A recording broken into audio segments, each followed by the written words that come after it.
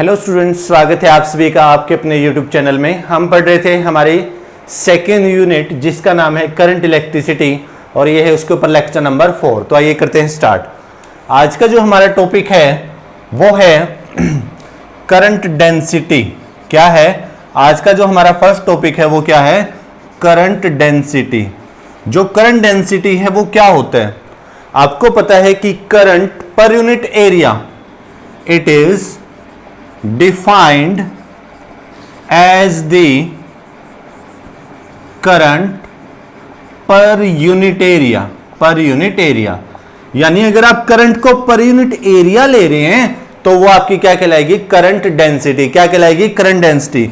और ये इसको किससे डिनोट करते हैं? It is denoted by J. J से डिनोट करते हैं। किससे डिनोट करते हैं? जे से। इसका मतलब जो जे है करंट डेंसिटी वो किसके बराबर होगी? I by A, current per unit area. ठीक है। उसके बाद अब आपको यह बात पता है कि जो I होता है, I इज इक्वल टू, आपने पढ़ा है किसके इक्वल होता है? NEAVD। रिलेशन पढ़ा था ना आपने, किस किस के बीच में? करंट और ड्रिफ्ट वेलोसिटी के बीच में। अगर मैं यहां से I बाय ए करता हूं, यानी I को यहां से इस साइड लेके आता हूं, तो ये क्या आ गया? करंट डेंसिटी J किसके इक्वल हो गया? NEVD। किसके इक्वल हो गया? NEVD। यानी ये भी आपकी क्या है? Current density. ठीक है। चलिए जी, उसके बाद बात आती है कि जो करंट डेंसिटी है वो स्केलर क्वांटिटी है, वेक्टर क्वांटिटी। अब हमें पता है कि जो करंट है वो एक स्केलर क्वांटिटी है और जो एरिया होता है वो भी स्केलर है। बट जब आप एरिया को एरिया वेक्टर के टर्म में यूज कर रहे हो, यानी एरिया को हम वेक्टर टर्म में भी यूज कर सकते हैं, तो इसी वजह से ये क्या आता है? ये जो करंट डेंसिटी है वो क्या होती है? एक वेक्टर क्वांटिटी होती है। Current density, current density is a vector quantity. क्या होती है? एक वेक्टर क्वांटिटी होती है। क्या होती है? Vector quantity. अब वेक्टर क्वांटिटी है तो आपको पता है कि क्या होगा? मैग्नीट्यूड और डायरेक्शन दोनों ही होंगे ना। तो इसी वजह से इसका जो मैग्नीट्यूड और डायरेक्शन है, मैग्नीट्यूड तो वैल्यू होगी, डायरेक्शन क्या होगी? इसकी जो डायरेक्शन होती है, its direction is the motion of positive charge. कि जो मोशन ऑफ पॉजिटिव चार्ज होगा वही इसकी डायरेक्शन होगी। मतलब क्या है? आपको पता भी है करंट की डायरेक्शन भी क्या होती है? पॉजिटिव टू नेगेटिव टर्मिनल होती है, या फिर ये कह सकते हैं कि जो opposite to the direction of flow of electron, क्योंकि इलेक्ट्रॉन जो फ्लो करता है वो नेगेटिव टर्मिनल टू पॉजिटिव करता है। तो इसी वजह से जो करंट की डायरेक्शन है वो क्या होती है? Positive terminal to negative. और वही डायरेक्शन क्या है? करंट डेंसिटी की होती है। ठीक है जी। उसके बाद हम जब भी कोई न्यू क्वांटिटी पढ़ते हैं तो उससे रिलेटेड क्या पढ़ते हैं? उसकी यूनिट और डायमेंशनल फॉर्मूला। तो हमारा जो नेक्स्ट काम है वो क्या है? डायमेंशनल फॉर्मूला और इसकी यूनिट को डिस्कस करना। तो आइए डिस्कस करते हैं। सबसे पहले बात करते हैं हम यूनिट की। यूनिट ऑफ करंट डेंसिटी, की जो करंट डेंसिटी होगी उसकी जो यूनिट है वो क्या होती है? क्या होती है? सिंपल सा आपको नजर आ रहा है कि जो I है वो क्या है? एम्पियर में मेजर करते हैं और जो एरिया है उसको मीटर स्क्वायर में। तो क्या बन गया ये? Ampere per metre square. तो याद रखना एम्पियर पर मीटर स्क्वायर क्या होती है? डेंसिटी, करंट डेंसिटी की या क्या होती है? यूनिट। उसके बाद है डायमेंशनल फॉर्मूला। तो बिल्कुल सिंपल सा है। डायमेंशनल फॉर्मूला क्या होगा? I। आपको पता है कि करंट को हम, जो करंट होता है वो एक फंडामेंटल क्वांटिटी है। आपने 11th क्लास में पढ़ा है, फंडामेंटल क्वांटिटी होती है करंट। तो वो जो करंट है उसके लिए हम जो यूज करते हैं वो क्या यूज करते हैं? ए से रिप्रेजेंट करते हैं। उसका जो डायमेंशनल फॉर्मूला है हम वो ए से रिप्रेजेंट करते हैं। और जो एरिया है उसके लिए क्या होगा? Dimensional formula L2। तो ये जो नेट बनेगा वो क्या बनेगा? L-2A। क्या बना? L-2A। तो ये क्या आ गया? डायमेंशनल फॉर्मूला आ गया किसके लिए? करंट डेंसिटी के लिए। ठीक है जी। चलिए, उसके बाद जो हमारे पास आता है वो है कंडक्टेंस। क्या है? कंडक्टेंस। क्या होता है कंडक्टेंस? क्या है आपके पास? कंडक्टेंस। कंडक्टेंस जैसा पता भी लग रहा है कंडक्टेंस, ये क्या होता है? It is the inverse of resistance.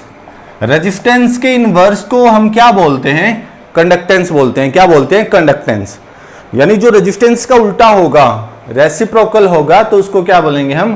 Conductance. और ये किससे डिनोट किया जाता है? इट इज फिजिक्स के अंदर इसको हम डिनोटेड बाय जी से डिनोट करते हैं। तो G इज इक्वल टू क्या हो गया 1/R, यानी इनवर्स ऑफ किसका, रेजिस्टेंस का। तो वो क्या कहलाएगा, कंडक्टेंस कहलाएगा। क्या कहलाएगा, कंडक्टेंस। यहां पे हमने ये न्यू क्वांटिटी पढ़ी है, तो हम अब इसका क्या पढ़ेंगे, डायमेंशनल फॉर्मूला और इसकी यूनिट। तो सबसे पहले है इसकी यूनिट ऑफ G, यानी कंडक्टेंस की यूनिट बतानी है आपने। तो बताइए जल्दी से क्या है। आपको पता है कि जो रेजिस्टेंस R है उसकी जो यूनिट होती है वो क्या होती है, ओम होती है। तो यानी 1/ओम यानी ओम इनवर्स। ठीक है, क्या आ गई, ओम इनवर्स। और एक और बात, ओम जैसे अगर मैं वर्डिंग में लिखूं तो OHM, इसका इनवर्स करना MHO, तो हम मो भी इसकी यूनिट दे सकते हैं। MHO जो है वो भी क्या है, इसकी यूनिट है। थर्ड, अब इसका एक स्पेशल नेम भी होता है साइमन। क्या होता है, साइमन, इसको साइमन भी बोलते हैं। तो ये क्या है, कंडक्टेंस जो होती है उसकी जो यूनिट होती है वो क्या होती है, ओम इनवर्स या MHO मो या फिर साइमन, आप किसी से भी रिप्रेजेंट कर सकते हैं। उसके बाद बात करते हैं इसके डायमेंशनल फॉर्मूले की। किसकी बात करते हैं, डायमेंशनल फॉर्मूला। अब वो डायमेंशन फॉर्मूला कैसे आएगा, वो भी तभी आएगा ना जब आपको R का डायमेंशन फॉर्मूला पता होगा। किसका पता होगा, R का। अब आपको मैं बता देता हूं, R का डायमेंशन फॉर्मूला आपने लास्ट वीडियो में भी देखा है कि कैसे निकाला था। R इज इक्वल टू आपने पढ़ा था V/I, V is equal to W/Q and I is equal to Q/T। तो यहां से आपने निकाल लिया था W/Q² × में T, वहां से आपने डायमेंशन फॉर्मूला निकाल लिया था।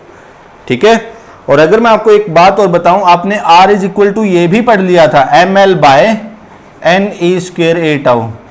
ध्यान है ना, क्या पढ़ा था, ml/ne² a/τ, के क्या होता है, रेजिस्टेंस होता है। ठीक है, अब यहां से हम डायमेंशन फॉर्मूला भी निकाल सकते हैं। यहां से तो मैंने निकाल के भी दिखा दिया था आपको, यहां से भी आप निकाल सकते हैं। कैसे, चलिए जी देखते हैं। अभी इसका इन्वर्स लीजिए पहले, तो 1/, इसका इन्वर्स लेंगे तो क्या बनेगा, ये ne² a/τ divide by ml। समझ रहे हो ना, हमने क्या किया, ये जो हमारा R है इसका क्या ले लिया, इनवर्स, वो आपका क्या आएगा, G आएगा। ठीक है, कंडक्टेंस आएगा, यानी कंडक्टेंस जो है वो किसके इक्वल होगा, ne² a/τ बाय ml। तो यहां से आप डायमेंशन फॉर्मूला जनरेट कर सकते हैं। थोड़ा रफ कर देते हैं, आपको अच्छे से समझ में आ जाएगा।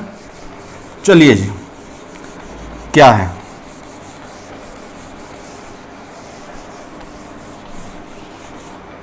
क्या है, हम निकाल रहे हैं डायमेंशन फॉर्मूला ऑफ G।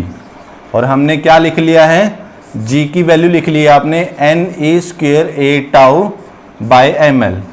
क्यों, क्योंकि जो R की वैल्यू हमने बताई है वो क्या होती है, ml/ne² a/τ होती है। ठीक है, तो इसका इन्वर्स होता है, उसका इन्वर्स हमने कर दिया। डायमेंशन फॉर्मूला हम निकाल रहे थे। n क्या है, नंबर डेंसिटी। जैसा आपको मैंने बताया है, n क्या होती है, नंबर डेंसिटी होती है। नंबर डेंसिटी का मतलब number of electrons per unit volume.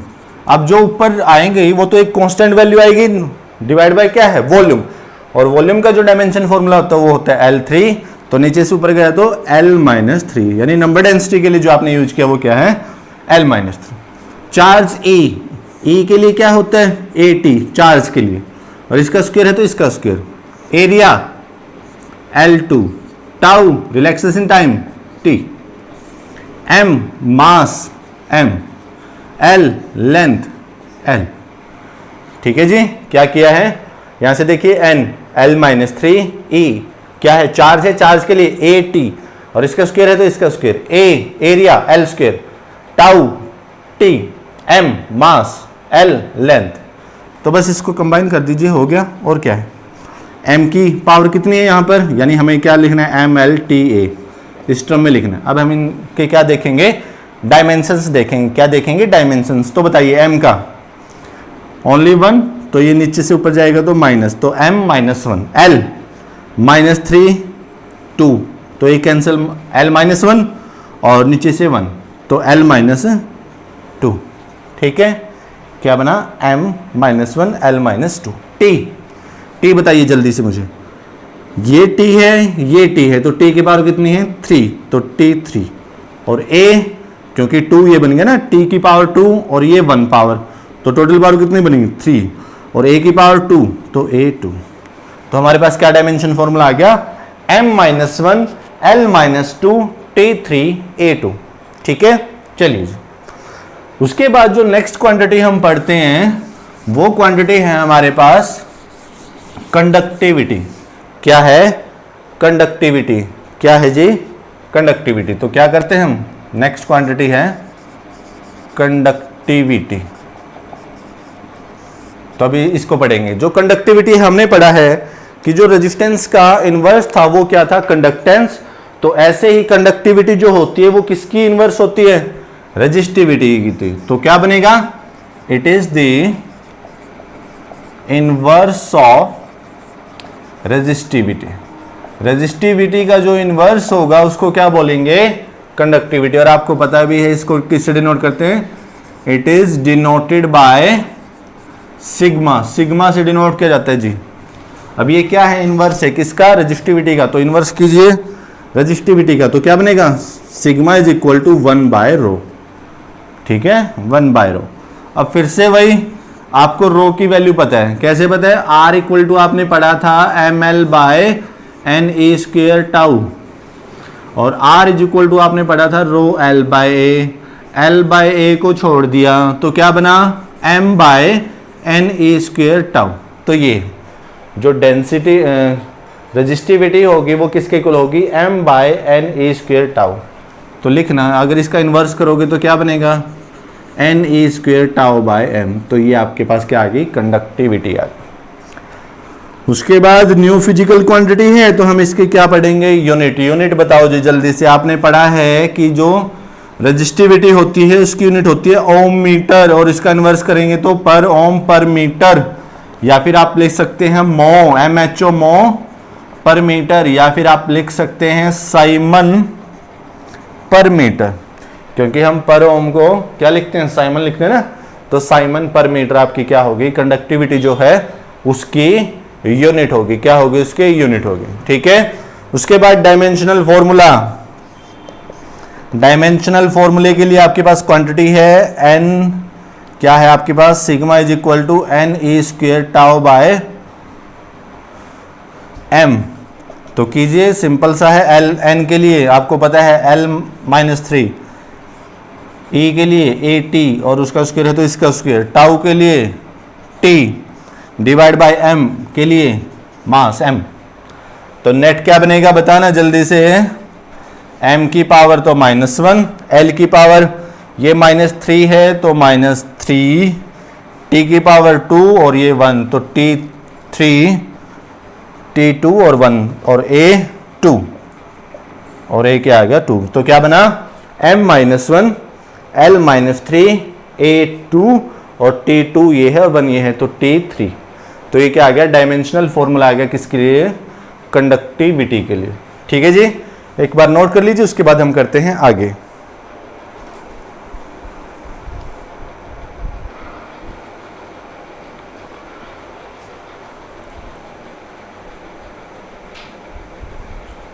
चलिए जी, उसके बाद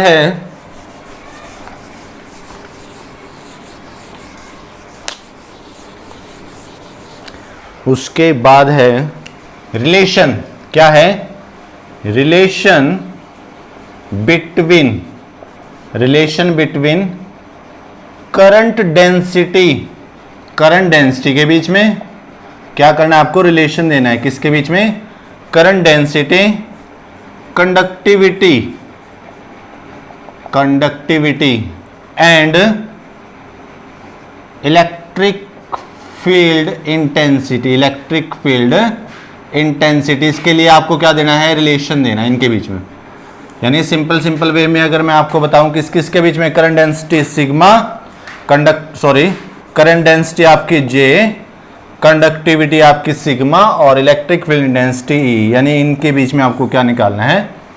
रिलेशन निकालना। ठीक है। चलिए एक और, ये जो टॉपिक है इस नाम से तो आता ही है, लेकिन इसका एक दूसरा नाम भी है और इसको बोलते हैं microscopic form of Ohm's law. यानी आपसे ये भी बोल सकता है कि ओम्स लॉ की जो माइक्रोस्कोपिक फॉर्म है उसको फाइंड आउट कीजिए, या फिर आपको बोल सकता है डायरेक्ट की रिलेशन दीजिए करंट डेंसिटी में, कंडक्टिविटी में एंड इलेक्ट्रिक फील्ड इंटेंसिटी में। तो कैसे निकालेंगे? बिल्कुल सिंपल सा है, कीजिए। हमें पता है, क्या पता है आपको, we know I is equal to n e A v d. पता है आपको कि जो I होता है वो किसके इक्वल होता है, n e v d, current और ड्रिफ्ट वेलोसिटी के बीच में आपने रिलेशन दिया है। यहां से I by A is equal to n e v d, ये भी आपको पता है। क्यों? क्योंकि जो I बाय ए है वो J होता है, वो एन ई वी डी के इक्वल आ गया, यानी J इक्वल टू क्या हो गया, एन ई वी डी। अब हमें ड्रिफ्ट वेलोसिटी की वैल्यू पता है। क्यों? क्योंकि हमें रिलेशन निकालना है करंट डेंसिटी के अंदर कंडक्टिविटी और इलेक्ट्रिक फील्ड इंटेंसिटी, लेकिन यहां पर इलेक्ट्रिक फील्ड इंटेंसिटी नहीं आई है अभी, सिर्फ क्या आई है, करंट डेंसिटी आपके पास आ चुकी है। तो जो वीडी होता है वो आपने पढ़ा है ए टाउ बाय एम। क्या पढ़ा है, ए टाउ बाय एम आपने पढ़ा है। ठीक है, यहां से ये जो वीडी की वैल्यू है यहां पुट कीजिए। Now J is equal to किसके इक्वल हो गया, एन ए वी डी की वैल्यू क्या है, ए टाउ बाय एम। क्या है, ए टाउ बाय एम, यानी मैं देखूं तो क्या बना ये, n A square tau by m, n A square tau by m और E, यानी आपके पास J करंट डेंसिटी आ गई है, इलेक्ट्रिक फील्ड इंटेंसिटी E आ गई है, बाकी ये। अब आपको पता है, क्या पता है, आपने देखा है कि जो रो होता है वो होता है m by n e square tau. इसका मतलब इसको मैं ये लिख सकता हूं, J इज इक्वल टू क्या, E by m divide by n e square tau. और m by n e square tau जो होता है वो होता है आपका रेजिस्टिविटी रो, यानी E बाय रो। अगर यहां पर कंडक्टिविटी की जगह रेजिस्टिविटी दे देता तो आप यहां तक ही रिलेशन निकालते। अगर आपको कंडक्टिविटी दिया है तो आपको पता है कि जो 1 बाय रो होता है वो क्या होता है, कंडक्टिविटी, यानी E इक्वल टू जो A है, A की, और जो 1 बाय रो है वो क्या हो गया, कंडक्टिविटी में चेंज, यानी सिग्मा में। तो जो J है वो किसके इक्वल आ गया, J is equal to sigma A। और इसको क्या बोलते हैं, जैसे मैंने ऊपर भी लिखा है, microscopic form of Ohm's law, यानी ये ओम्स लॉ ही है, ओम्स लॉ की माइक्रोस्कोपिक फॉर्म है। ठीक है, तो सिंपल से क्या किया, I equal to n e v d, यहां से I बाय ए J होता है, और वी डी की जो वैल्यू होती है वो E tau by m put कर दीजिए, और सिंपल वैल्यू आपने फाइंड आउट। ठीक है जी, उसके बाद जो नेक्स्ट है वो है रिलेशन ही है, किस किस के बीच में, रिलेशन फाइंड आउट करना है आपने। रिलेशन बिटवीन किस किस के बीच में पूछा है, जो रिलेशन पूछा है वो है मोबिलिटी और कंडक्टिविटी के बीच में। Relation between conductivity and mobility, mobility और कंडक्टिविटी के बीच में आपने रिलेशन फाइंड आउट करना। ठीक है जी, क्या है इसके बीच में आपने रिलेशन फाइंड आउट कैसे निकालेंगे, आपको पता है कंडक्टिविटी सिग्मा, मोबिलिटी म्यू, तो निकालिए, बिल्कुल सिंपल सा है। कैसे है सिंपल सा, वही फिर से, वी नो क्या, I is equal to n A v d, as you know, I by A is equal to n e v d, I by is equal to J equal to n e v d first. ठीक है, और हमें यह भी पता है, we know जो mobility होती है वो होती है drift velocity by electric field, यानी drift velocity per unit electric field. तो यहाँ से v d is equal to क्या आ गया, म्यू इंटू में। इसको पुट कर दीजिए इक्वेशन फर्स्ट में, put it in equation first. तो आपके पास क्या बना, J इक्वल टू क्या लिया है आपने, I equal to n e v d, as you know, I by A is equal to n e v d, I by A is equal to J current density n e v D.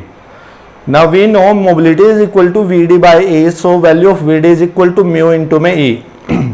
Put this value of Vd in equation first, so we get J equal to Na mu E.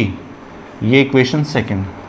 And we know microscopic form of Ohm's law, J is equal to sigma E. Compare equation second and third. Now from equation second and third, second और third को compare कीजिए, then sigma is equal to n e mu e. ठीक है, तो ये बन गया। अब यहाँ से ई से ई कैंसिल कर सकते हैं, तो sigma equal to n e mu. ठीक है, तो ये रिलेशन आ गया। अगर बाई चांस कंडक्टिविटी की जगह रेजिस्टिविटी होती, अगर कंडक्टिविटी की जगह रेजिस्टिविटी दी है, हो सकता है कई बुक में रेजिस्टिविटी भी गिवन है, तो रेजिस्टिविटी के साथ अगर आपका रिलेशन निकलवाते हैं तो क्या बनेगा रिलेशन?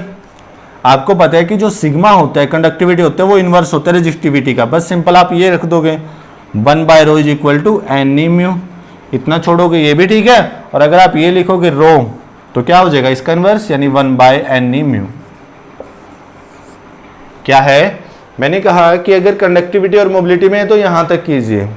अगर आपके पास रेजिस्टिविटी के साथ रिलेशन पूछा है तो आप क्या करोगे, इनवर्स कर दोगे। बस कंडक्टिविटी का इनवर्स क्या होता है, कंडक्टिविटी जो होती है वो 1/ρ, यानी कंडक्टिविटी इनवर्स है किसका, रेजिस्टिविटी का।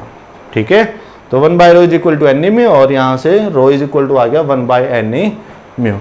तो जिससे भी आपको जो रिलेशन आपसे पूछा है कंडक्टिविटी में या मोबिलिटी में, रेजिस्टिविटी, मोबिलिटी में, जिसके साथ भी आप रिलेशन बताना चाहते हो या पूछा गया है उसके साथ आप बता सकते हैं। सिंपल सा किया है, आई की वैल्यू I/A से J हमने निकाला, मोबिलिटी जो होती है VD/E होता है, VD equal to mu E होता है, और वैल्यू को क्या कर दिया, पुट कर दिया यहाँ पर। और हमें पता है माइक्रोस्कोपिक फॉर्म किसकी, ओम्स ला की, J equal to sigma E, दोनों को आपने कंपेयर किया तो यहाँ से रिलेशन आ गया sigma equal to n mu, conductivity और मोबिलिटी में। अगर रेजिस्टिविटी गिवन है तो उस केस में क्या करेंगे, कंडक्टिविटी की जगह रेजिस्टिविटी, तो क्या बनेगा, ये जो कंडक्टिविटी होती है वो इनवर्स होती है किसका, रेजिस्टिविटी का, यानी 1/ρ इक्वल टू एन म्यू, और यहाँ से ρ इज इक्वल टू आ गया 1/n म्यू। ठीक है जी, तो चलिए, उम्मीद है आपको ये वीडियो पसंद आएगा, और अगर आपको ये वीडियो अच्छा लगे तो अपने दोस्तों के साथ इसको कीजिए शेयर। धन्यवाद।